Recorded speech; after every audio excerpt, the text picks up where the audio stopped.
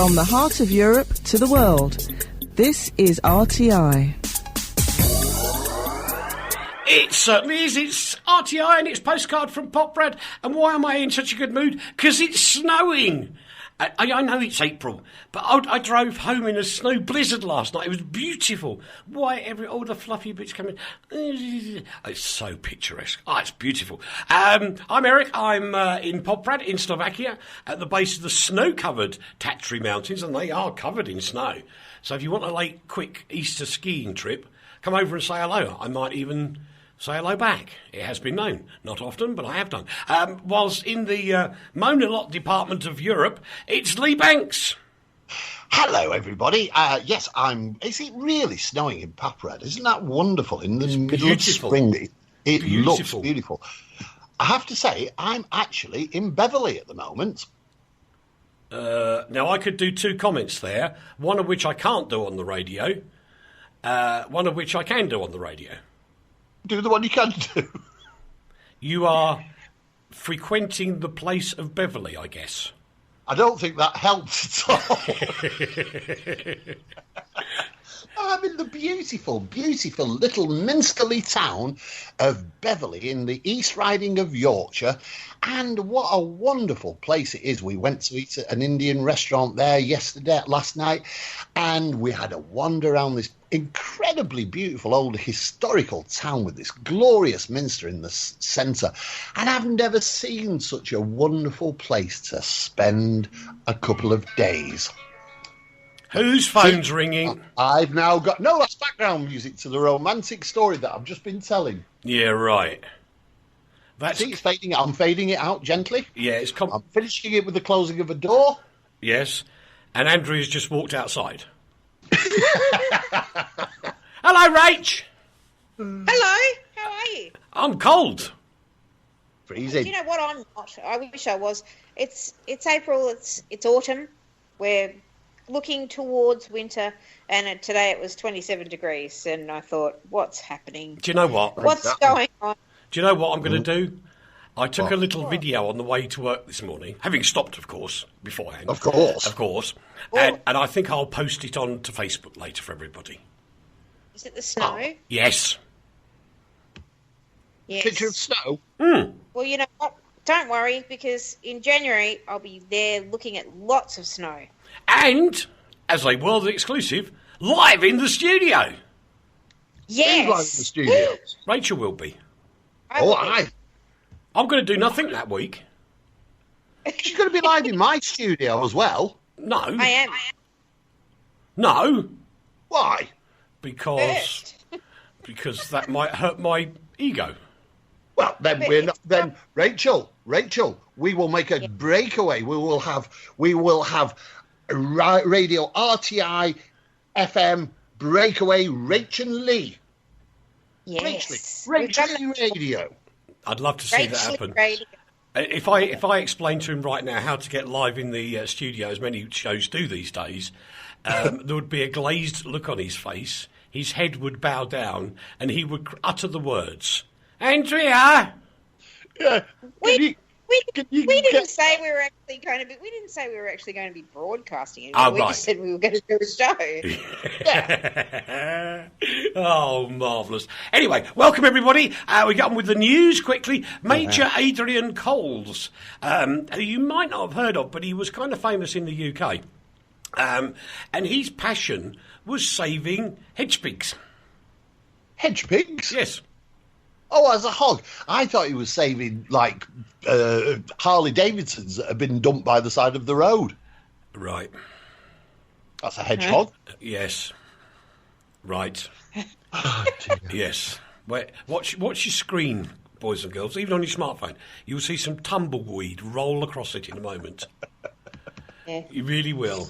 Never mind. That was really imaginative. Nobody else would have thought of that. That's true. No, I agree with you there. Yeah, absolutely, I agree. Totally agree. Anyway, Major Coles, who's died at the age of 86, was known as a wildlife enthusiast. And believe it or not, the poor old British hedgehog was under serious threat years ago. And he outside my house. He lives in Shropshire. That's where the village of the damned is. Well, he lived because he's not there anymore. Well, that's why all the hedge pigs went there then. That's where all the old motorbikes were buried in ditches. Yes. And it's in 1982 when his young daughter found a hedgehog which had fallen between the bars of a cattle grid outside the family's home in Shropshire. And that's what he could do. So he put an egg saucepan in, and that worked. And it was a non-stick, he said. Non-stick, because the hedgehogs would stick to it. Yeah. It's there in the story. Yeah. But do we believe that? Elvis sticks, sorry. Thank you. James Rosenquist, the pop art pioneer. Oh, Rach, what we're going to do now? That's Sorry, I've got to correct your pronunciation of his name. It's Rehnquist. Rosenquist. No? It's Come on, guys. Apparently, he was friends with Andy Warhol and Roy Lichtenstein. Warhol. Andy Warhol.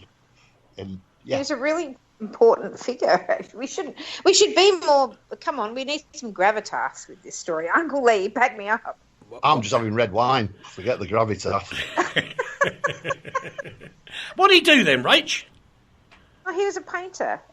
He was a really good painter. He was a painter of billboards in the beginning of his career. Didn't he have a printer? I'm just going to keep talking. Yeah, keep going, Rach. You do very well. It was pop art. He was in the era of pop art when Andy Warhol and Lichtenstein and all those guys were doing their great art. And I know that you're going to say something stupid about a tin of soup, Uncle Eric, but that's okay. Right. Yeah, of course he is. So, did he paint baked beans then? He was individually. He did. Made a lot of money. His work was predominantly on commercial billboards, but he had this really cool imagination that did really weird things with his commercial billboards, and that's why he became so very famous. It was called drugs. Yeah, it was. Yes, okay. I was That's terrible. She just accused him of being a drug addict. I know. I heard that. I made that up. Yeah, absolutely. I think he used substances to expand his mind. Ah. But, so yeah. Where Eric uses them to expand his waistline. He was. I don't want to know what any of you use drugs for. He was very important. He was a very important artist in that era, and he's sadly passed away. Yeah. Well, actually, there is a connection, Yeah. That I can relate to. Oh, of course there is. I've got another connection. You tell yours first, and I'll give you mine. The name is Pasternak.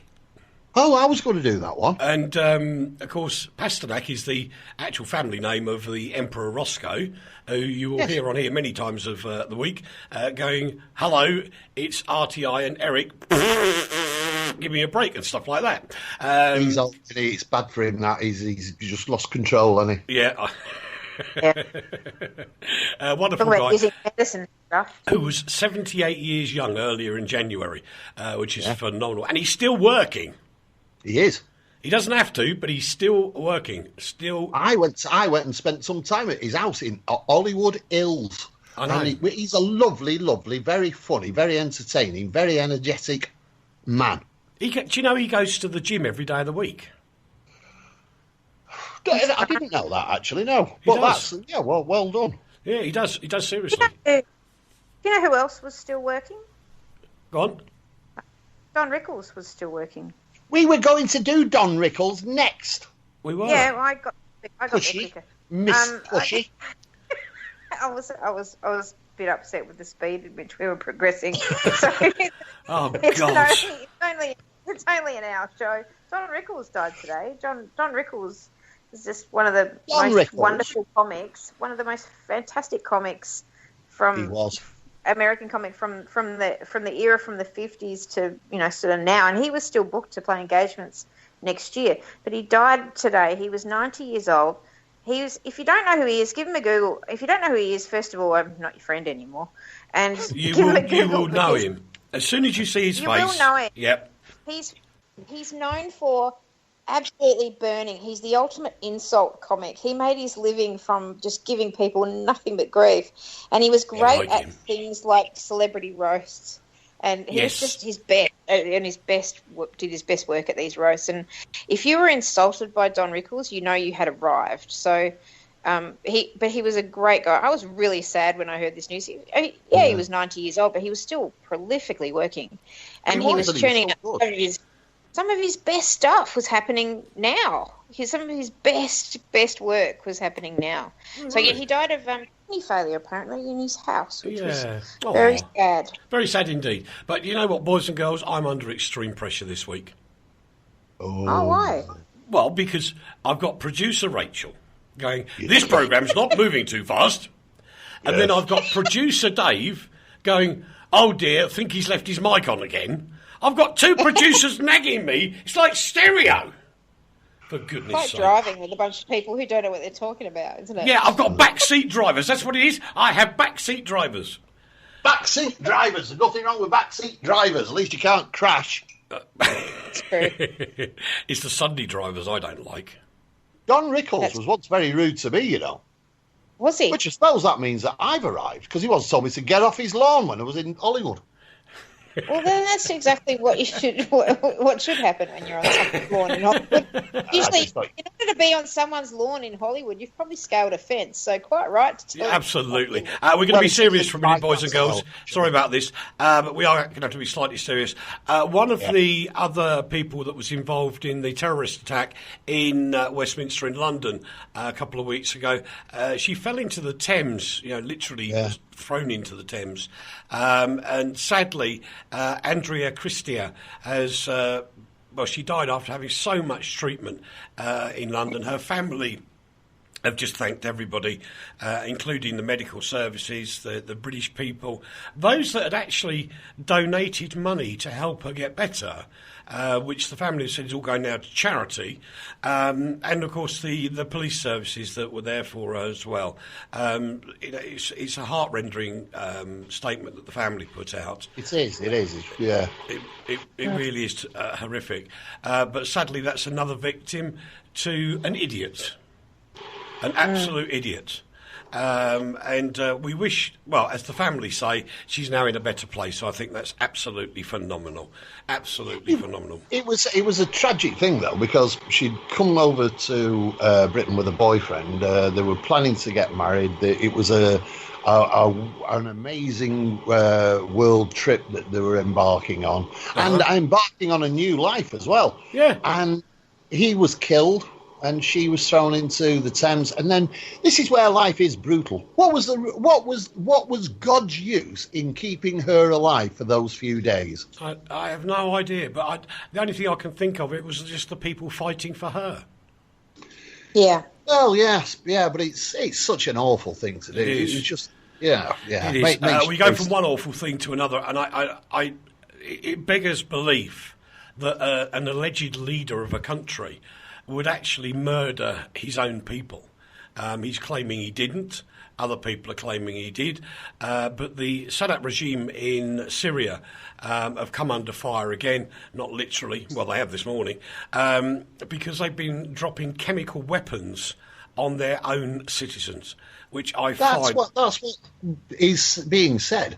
But bear in mind that Assad does not have a great tenet of honesty and forbearance behind him, and yet the man who's attacked him is a known liar, a man who's got into the position of the biggest power in the world and just sat there and lied to us all. No. So who do you trust? In this occasion, because all the independent experts, and I do mean some serious medical experts, because I've been listening and watching them talk about it, I do believe what they're saying in that. Oh, no, I don't deny that. What I'm saying, Assad is saying that he didn't do it. We're saying that he's a liar. The man who's a proven liar is saying Assad did it, so I bombed him.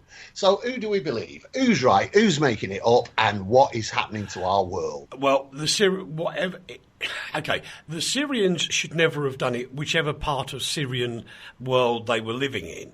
So the leader of the Syrian people, or the non-elected leader, because don't forget this one's not really elected, not really, he should have stopped that happening. Now, if he's lost control and cannot stop it happening, then he should leave anyway. That's right. If it is that he did authorise it, he should leave anyway. Whichever way round, he should leave anyway. So that's right. Whilst we have a person who could have told untruths in the past, i.e. the President of the USA, attacking the Syrian people now, or not the people, those in control, I'm going to go with Mr. Trump on this one, because something has to be done. Every time the United Nations go, oh, that was very naughty, let's slap you on the wrist, nothing changes. Well, I'm concerned about. I really am. The reason why I'm concerned is, first of all, Donald Trump, we all know, anybody who listens to this show on a regular basis knows I think he's a great big dingling. And he's come out and said, this shouldn't happen to, God's children. Mm-hmm. And my question is, now that you're going to go in there and rain hell upon them, are you going to relax your border policy so that you can welcome God's children into your country, or are you still going to be a racist bigot? The next thing that I was wondering is, who knew this was going to happen? Because there were reports coming out all during the day today that they knew that this bombing was going to occur, and they started moving their aircraft. They hit an Air Force base. They hit an Air Force base which, interestingly, contained no trace of chemical weapons. So they weren't hitting the thing that they said they were going to hit in the first place. They said they wanted to hit with these weapons. Well, they didn't hit them. They hit an Air Force base, which they already knew about. I don't know. I reckon it's all a bit staged and weird, and Putin's in on it. And it's worse than staged, though, because what you've got to take into consideration is that Trump is you said dingling, we'll stick with that. But he's probably the most dangerous dingling in the world. Because think of it this way. This man has failed. Look, I'm going to go off on a tangent slightly, but it works in there, Leigh. If you think about it, and it brings up Rachel's point as well, the way everybody says you can't get into Russia. It's difficult to get into Russia. That's a load of rhubarb. You can get into Russia, and the bottom line is, they talk about the bear, the strong Mr. Putin. Well, where was the strong Mr. Putin when he let those terrorists go into St. Petersburg and bomb the St. Petersburg metro? So, I don't think that was his responsibility to have stopped that immediately, because he probably didn't know. No, I'm not saying he did personally, but his regime. Now, they should have known. That's the thing. Terrorism happens, doesn't it? The word is, we have to succeed every single time. A terrorist only has to succeed once. Correct. Now, where Mr. Putin has failed is not blocking the countries where these terrorists could come from. So if you take that argument, then Mr. Trump's right to stop the terrorists because he's not sure which ones are which.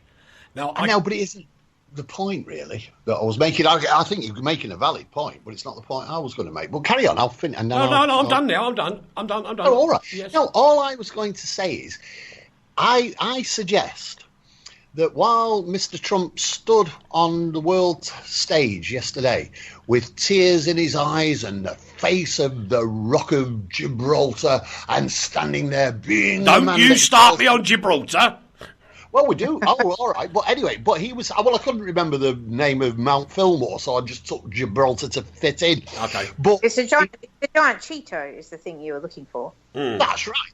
But nobody in the right mind can say that he has been a successful president since he walked in there. He's been exposed as somebody who manipulates news. He's invented fake news. He has not found any veracity or dignity in his post. And the one thing that he has to do in the first 3 months of his regime, he has to succeed. And this was his action to make him look as if he'd succeeded. I will go on television and I will weep for these little children. What's happening to the little children behind the wall you're going to build, Trump? Well, there is that to it as well. Yeah, double standards. A father who took his daughter on a term time holiday and refused to pay a fine has lost his 2-year fight in the Supreme Court, which to me is none other than a charter. And that charter is very simple. It's a charter for all holiday companies to now keep the prices up when it's holiday, and when it's not holiday, you keep the prices down. And it really is. And the other thing that really, really annoys me, and I remember having to do this when my kids were at school, they had an opportunity to meet the Prime Minister of Slovakia personally. They were going to be introduced to him. And it beggars belief what we had to go through to actually get the children out of school on term time to meet a Prime Minister. and I had to say why it was going to be a benefit to them. Yeah. Hello, he's the Prime Minister. Hello, contacts. Depends which Prime Minister it was. I mean, there's a fair share of dinglings there too. Well, that's a president, so that doesn't count. But I mean, that's president's fault. Yeah, this one's quite all right, actually, I believe. Well, it's the former one, but Oh right. Yeah. But you get kids getting a chance to go and mingle with those kind of people. It's just education on a life skill basis. You didn't have to say why; it was obvious. But oh no, we had to write War and Peace as to why it was going to help them. It's disgusting. Everybody seems now to... We have so little control in our lives over anything. And for a school to be able to say to you, well, actually, and this is all they are actually saying, because school education in this country is a waste of time, and so is university education. But for a teacher to say, oh, no, I'm sorry, you can only take your children on holiday when it's really expensive. At cheaper times, no. Otherwise, you will face a fine from this school. What an outrageous thing. You are teachers, you're not police. This is crazy. We don't have to do this in Australia. No, you shouldn't have to do it. We go on holidays. This is my child. We're going on holidays. See ya. Yes. That's it. Well, there you go, UK. Take a leaf out of the book of Australia. For goodness sake. I mean, anyway, this guy's actually got his own cure. Just make sure there's not a koala bear on it when you do. That's true. Anyway, this guy, Mr. Platt, has been ordered to return to the magistrates' courts to pay his fine or face an even larger fine and potentially jail term. Yeah.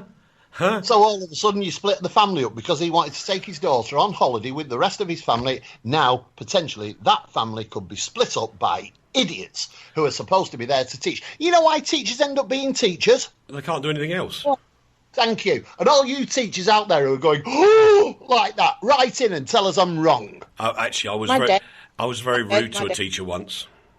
Really. Excuse me, I just made myself cough. Good. That's my dad. My dad's haunting you because my dad's a teacher and he's a great teacher, and that's rude. Well, there are always exceptions to the rule, Rachel. There are exceptions. But I remember... I have to say I've never known a good teacher. I went to the school on one parents' night once after number one daughter was marked down on ITC skills, considering she'd had a laptop since she was 4, and was asked to produce a picture. And the teacher said, do it in paint. Well, Caroline decided that paint wasn't good enough, so she produced this picture in PowerPoint. And the teacher said, what's PowerPoint? And I went, you're an ITC teacher. Yes, what's PowerPoint? I said, you know what? If you had one more brain cell, you have the brain of an amoeba. And she burst into tears and ran out of the room. That's the way to treat teachers. I would just like to say that the views on teachers are not shared by myself or RTI. All hate mail should be written to Eric and Leigh. Indeed. I just wish... You see, I've got a big thing about this. You can't teach people anything. What you can do is coach them into learning.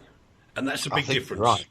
Yeah, because the thing is, now, I did very badly at school, not because I'm thick, it was just because I just couldn't take in what these teachers were about, because I was bored.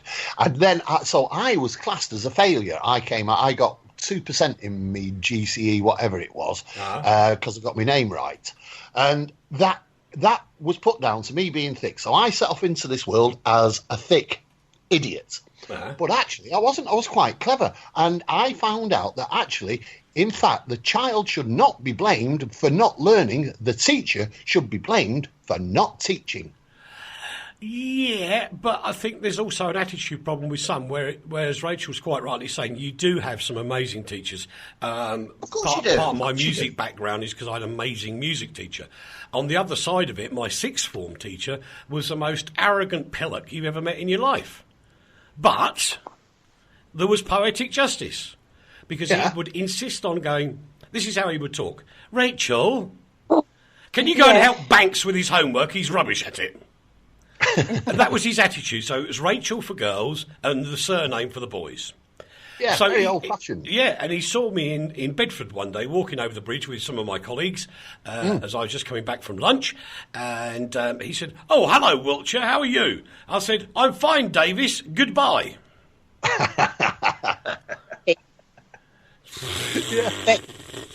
We've lost sight of what we were talking about. Shall we move on? Teaching is actually probably the greatest profession in the world. Correct. But you have to have knowledge, and that should not just be book knowledge or internet knowledge. And teachers should certainly not be teaching what's on Wikipedia. But what we have are a lot of people who think, that's nice. It's a nice middle-class job. I can have lots of holidays and I only have to work 4 hours a day and then I have to do a little bit of marking at night. Now, I'll be with all these lovely little children. What a lovely life I'll have. And I'll have a little semi-detached with little ivy round the door and things like that. Why don't you just grow up and get on and learn your job and teach children? We're going to say a big shout out to an old friend of ours, TV presenter Gary Bond, has just joined us. Hello, Gary. How the devil are you?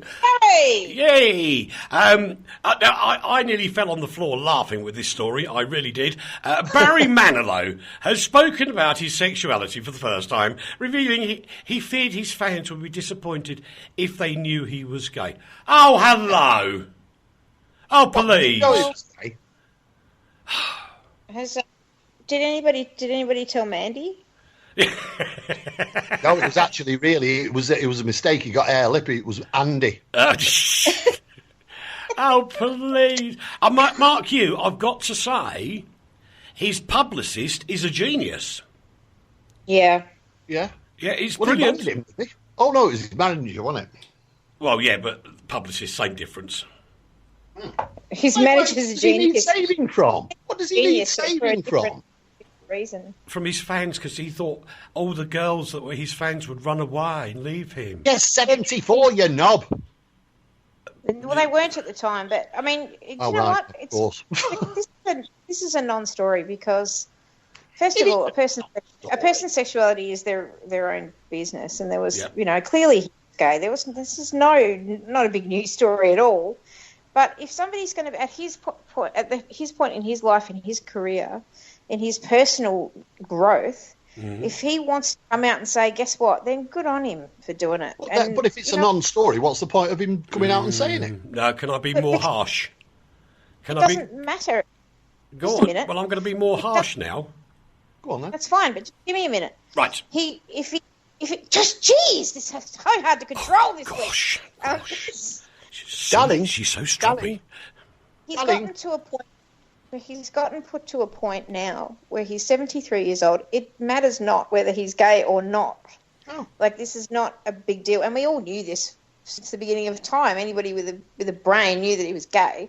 But if he wants to, so in that way it's a non-story. But if he wants to come out and say it out loud so that he can feel better, and then fine, whatever. But it's nothing to do with that, is it? No. Just a couple of quick hellos. Hi, Christopher, and hi to Hemin as well. No, this is the bottom line. He's 73 years old. His career is currently on the skids. Yeah. He's not selling like he used to. He wants to be famous again. He's got a new album coming out, probably. Yeah. And so what does he want to do? Publicise himself. You are a cynic, and that's just so sad. Well, that's true. Let's look at it in a non-cynical way. Let's look at it in a non-cynical way. And why this is a news story. Okay. This man has had to hide his sexuality from his fans for 40 years or 50 years, whatever. And that was because he thought he might lose his career by them finding out that he was gay. Now, I think that is a tremendous amount of pressure for anybody to be put under. To have to live a lie for their career is absolutely shameful. There is nothing wrong with being gay. It's a perfectly natural way of life. And anybody who says it's different should be ashamed of themselves. Then this man has lived a lie. So it is a news story where in his dotage... Hold on. News alert. Oh. Dave, Mr. Researcher and producer and wonderful all-round character, from his Twitter feed 8 hours ago. Pre-order, this is my town. And received... Nobody's saying that isn't the reason. There's nothing wrong with received 5 songs business. Instantly, including the new song, NYC Melody. It's a publicity stunt. Well, but what's wrong with that? No, that's a silly... I'm sorry, Eric, I've never said this to you before, but that's a silly attitude to take. What is wrong with using what you have in your hands within business? This is a business. Barry Manilow is a business. Why would you not use something powerful to perpetuate your business? All he's done is use it at the right time, and he has a record coming out, so that's the time to do it. Can't we stand him alongside Daniel O'Donnell? Say that again, dear. Can't we stand him alongside Daniel O'Donnell? Daniel O'Donnell's not gay. No, but you could put him in the middle of the road. He's been attacked by Daniel O'Donnell. But you could put him in the middle of the road alongside him. That's my joke. All right, I'm glad you said that, because you've got to go now. Hold on. We're going to take a commercial break. Back in a couple of seconds. Don't go away. RTI.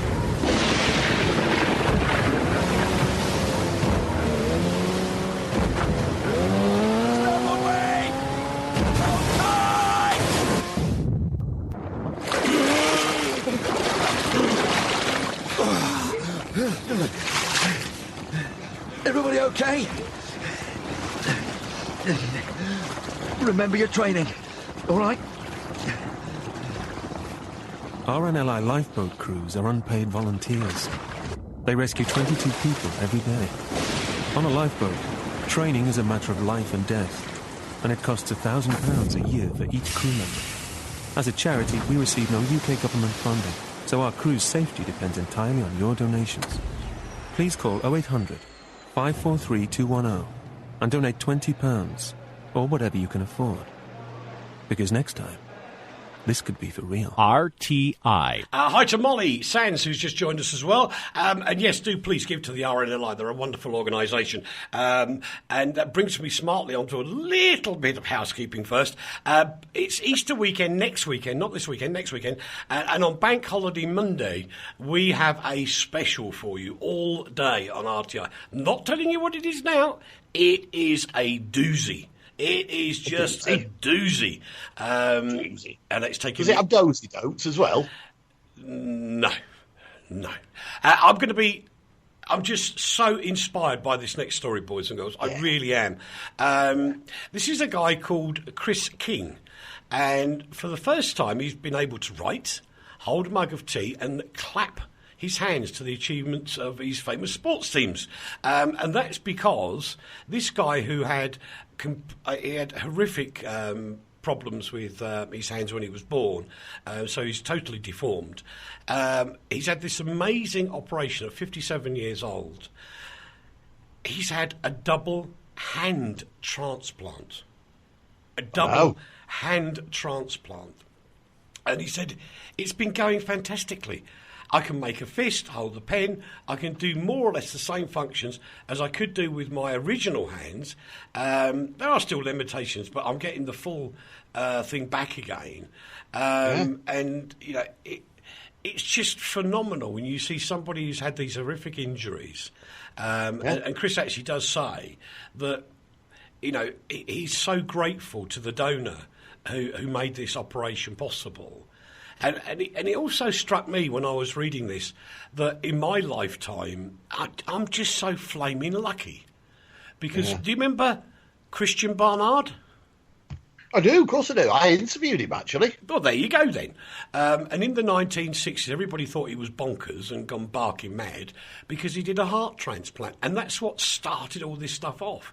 And if you look at it today, the amount of people walking around and doing things they can do because of the donor card is just absolutely amazing. It is really amazing. It is. I can't agree with you more.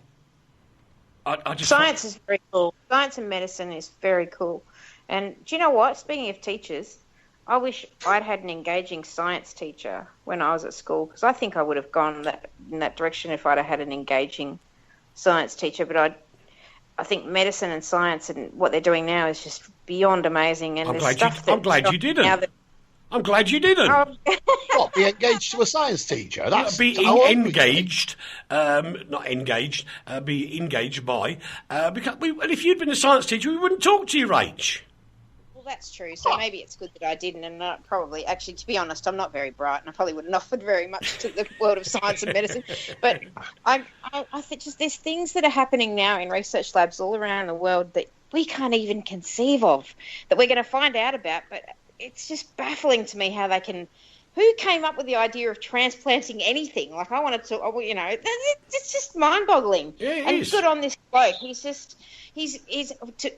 not to use a bad pun, but he's sort of just grabbing his life back, isn't he? He really is. And I don't think he's going to sit around and do nothing either. I think he's going to be a bit of a champion, which is going to mean more people will use the donor card, which means more people will get an extended ability from a tragedy. And good from bad is always a great thing to do. A young woman who doesn't go sobbing to lawyers just because a man told her something daft. I don't like this story. Why? Because I don't. You do. It's yours. I don't think I like it. Well, yes, what it is. I understand what you're saying, and I think it's really Rachel's story. Because she is a young lady. Well, that's true. But I'll introduce it, and then Rachel can give an opinion as a woman. What we're talking about is Vicky Sparks, a 29-year-old BBC reporter who said something to some football manager thing. Lout, yeah, who then threatened her in a joking fashion. There was nothing really terribly aggressive in it. You could tell he was joking, said he was going to give her a slap. Now, this woman is being vaunted as somebody who is special because she didn't actually make a complaint against what he'd said. It was her editor, I think, who made the complaint against him. Now, women... What was the editor poking his nose in for, anyway? Ooh, yeah, well, that's right. That's what this story is about, and that's why I understand your distaste for it and my distaste for it. But I'm really interested to hear what Rachel's going to say, because what it is, a woman has as much right to insult a man as a man has to insult a woman. And if it hasn't gone too far, surely, like men, you just say, right, I don't like him, and go off. The reason the editor defended her and said that this, whoever he was, he's well known, I just can't remember his name, David Moyes. The reason the editor said it was because he was worried that he would be, his organisation would be banned from covering the games, etc. But this woman did it with dignity, and I respect her for it, and that's the reason the story's here, because I think she deserves respect for not being hysterical about being insulted, because we all insult each other all the time, and we should be grown-ups. Sorry, Rachel, how do you feel about it? I would have done the exact same thing that she did, honestly. I would have thought nothing of it. And exactly, yeah. I probably would have, knowing me, I probably would have come back with something like, you have to catch me first. Yeah. And, pull his tracky dacks down real quick so that he couldn't run anywhere and then dart off into the distance. That's what I would have done. But if somebody had said, you should, that's so great that you didn't do, I would have gone, didn't do what? What didn't I do? What are you all talking about? That's right. So there are ways of dealing with it. Yeah, but we're going to get it next week. We're going to get the politically correct police in the UK going, oh my God, you can't do that. Exactly, and they should go and get lost. Well, no, because I'll do it today. Why not? The fact is that Easter weekend, if you go into, and I'm going to name them because who cares, if you go into the same shop as in the UK, Tesco, in the Slovak shops, you will find twisted sticks, sort of plaited together with some ribbons on the top. Yeah. And what you're supposed to do in the Easter time is take the young lady out into the cold. You pour a freezing cold bucket of ice water over, like the Ice Bucket Challenge, and then you smack her on the bottom with the stick. Yeah. And that's supposed to make her... Does she agree to do this? Well, you kind of don't, but do, if you see what I mean. Right. It's a bit like the Speaker of the House of Commons in the UK, going to the chair, but not really pretending he doesn't want to. And the idea of this is it's a fertility thing, you see. It's an old wives' tale. Well, that'd get you getting your... oats, wouldn't it? That'd make me stay indoors if anybody wanted me to do that. Yeah, that's right, yeah. I mean, I have been party to a gentle one where the young lady said, I've got a flu, I don't really want to be covered in water, so we filled the bath up and put her in that instead. That's disgusting. Very kind. Oh, no. But here it's perfectly acceptable. Everybody laughs it off. Of course it is, yeah. That's right. But Let me tell you a very brief story about something that happened to me along these lines. And this was actually last week. Oh, by the way, I'm not suggesting everybody in the UK should start doing this next week. No, you should not all the week after. No. Or next if you year. want to, go ahead. Oh, but if you want, if it's consensual adults and that's what you want to do, that's fine. Yeah. But what I Just just need want a to Barry say, Manilow while you're doing it. exactly, yeah. I was driving into the car park at Waitrose in the town near the village of the damned called Newport, which is the village of hell. And as I drove into the car park, I was driving at a perfectly normal speed for that car park, about 3 miles an hour, and I saw this old lady, about 70, looking at me in the eye, and then she decided to walk out in front of me. So as I drove past her, there was no danger at all. I just bip, like that, a little bip on my horn, and just shook my head only a tiny bit, because she'd stepped out into the middle of the road in front of me. I parked up, she followed me across the car park and said, "Were you trying to run me over?" I said, "No, I was actually trying to miss you." She said, "Why are you being so aggressive?" And that is the politically correct brigade in action. I missed her. She didn't get damaged, so she steps out in front of me. I missed her. She didn't get in trouble. She came across and told me off, and then when I retorted, told me I was being aggressive. They are ridiculous people. Right, we move on. Dun, dun, dun, dun, dun, dun, dun, dun, dun, dun, dun, dun. What's lurking in the Rockhampton floodwaters, Rachel? It's so funny. Well, nothing. We've got to say, shout out. We got people who listen to us from Rockhampton, and Have we? The water, the levels in the Fitzroy River are now dropping, but just as slowly as they come up. It takes ages for them to come up. It's very slow to go back down. So they're in for another week of horror with all this water. It's just terrible. So we love you, Rockhampton. Hello, Rockhampton.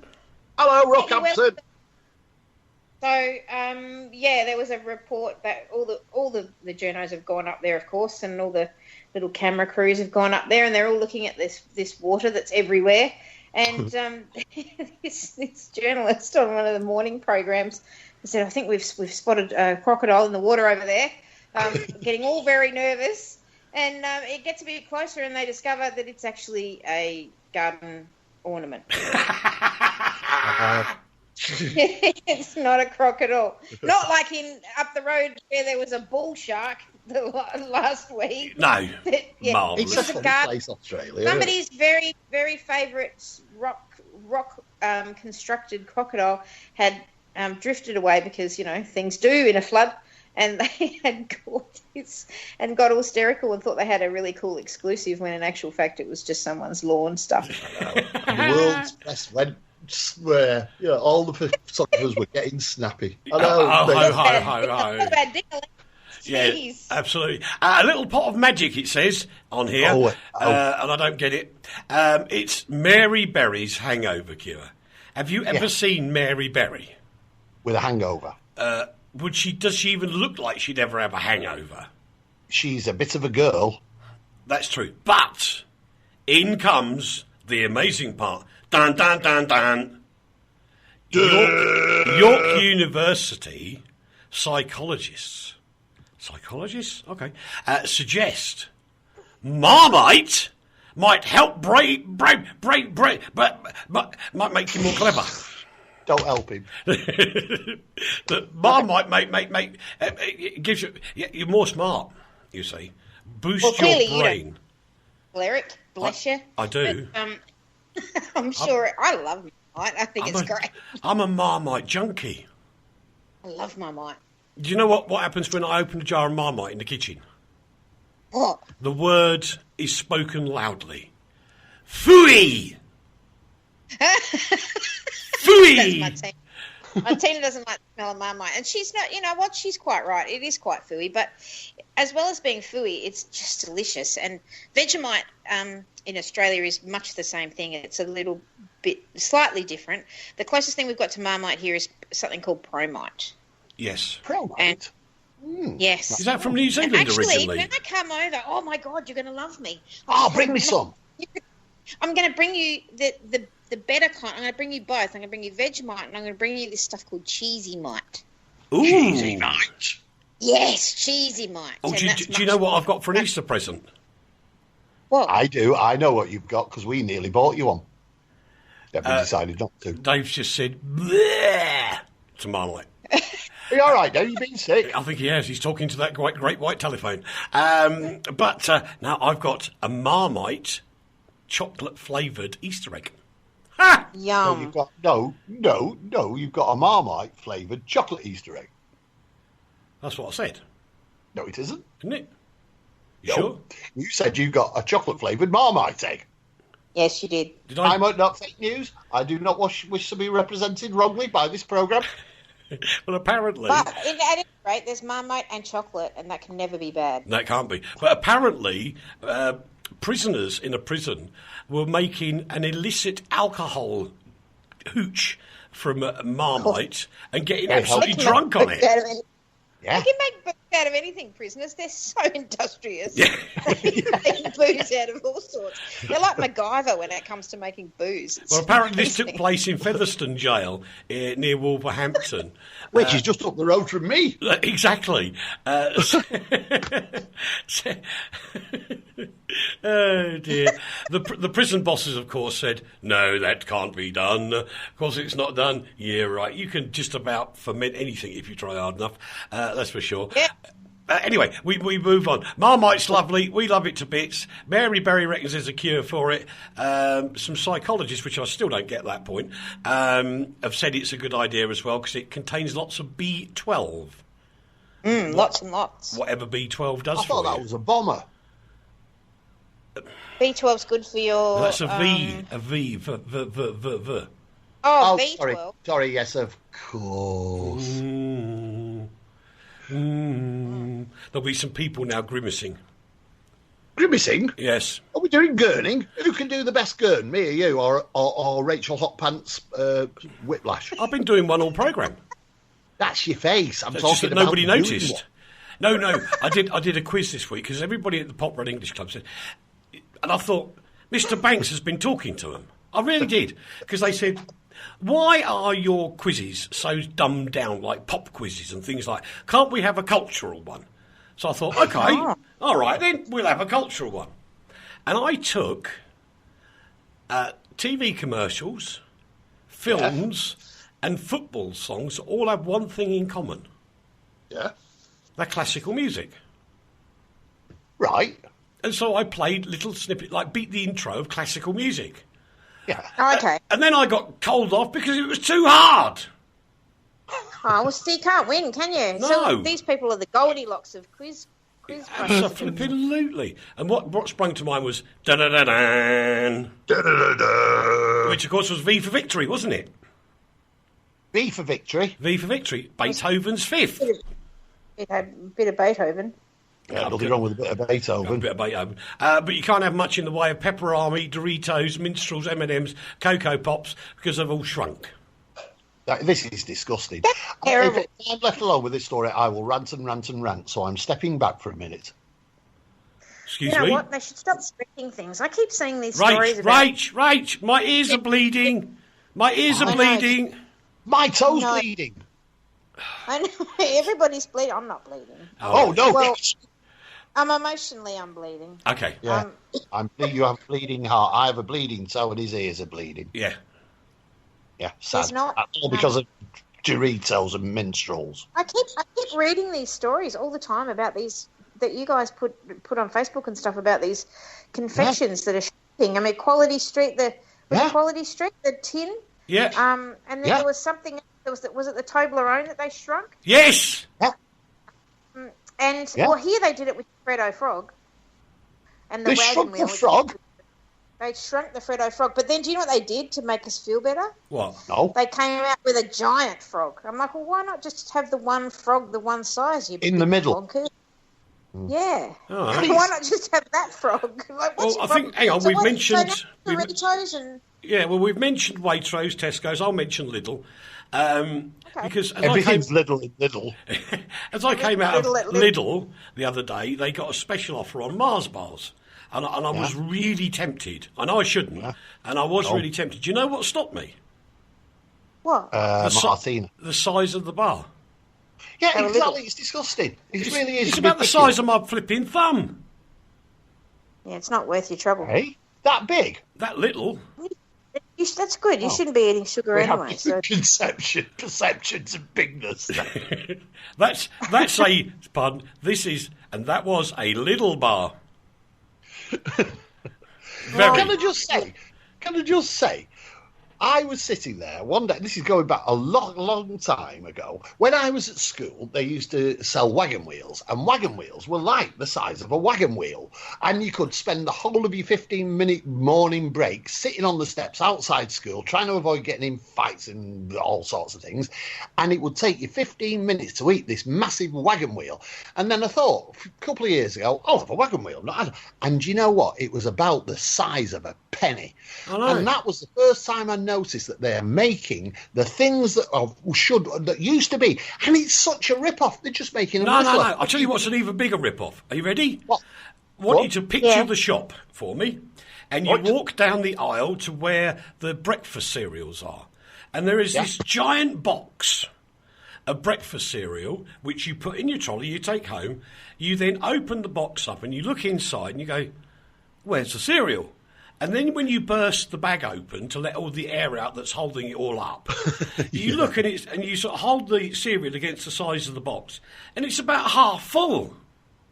that's what that happens with packets of, you call them crisps, don't you? Yes. When you have a packet of crisps and you open it and there's 3 crisps in there and it's just air. I have to say, the Brits call them crisps. We call them chips. Yeah. We call them chips too. Yes. Yeah. We do. But you know what I've noticed about the supermarket? When I walk in, the aisles are narrower. And then I realised I'm just getting fatter. Oh, it's terrible. But actually, no, you can have a bit of Slovak if you want. Rachel? Yes. Yeah. Slovensko chips. Slovensko chips, that's a phrase I'm going to be uttering quite a lot. Yes, that's Slovak chips, you see. Here we go. Talking about how to make a complete ass of yourself. I said ass and not another word. The very, very poorly veteran DJ Brian Matthew is currently in hospital. He's critically ill in hospital at the age of 88. And somebody, without checking, and I know what he's going to say in a minute. I am, because it's reasonable. No, somebody from the family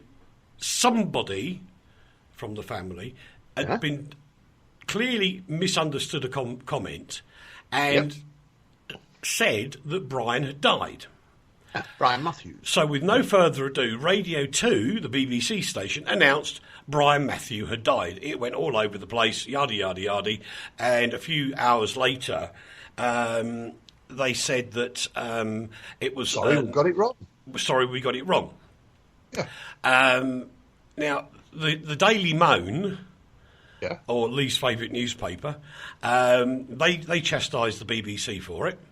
and said Quite wrong, as far as I'm concerned. Well, said it was really wrong.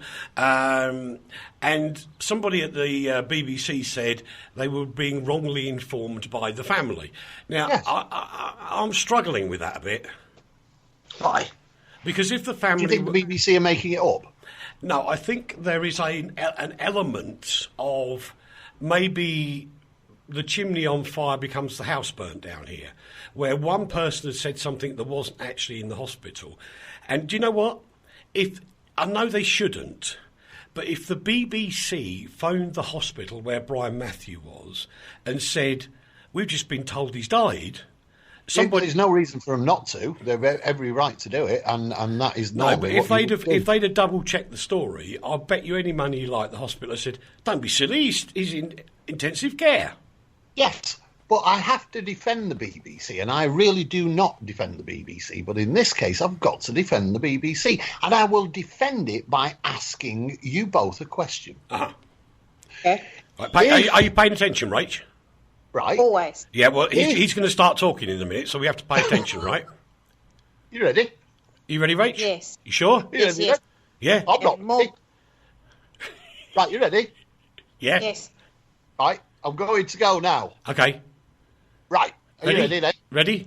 Yeah. Ready. Right, I'm So ready. ready. Okay. Okay, so So start now then. Right, are you ready? Ready.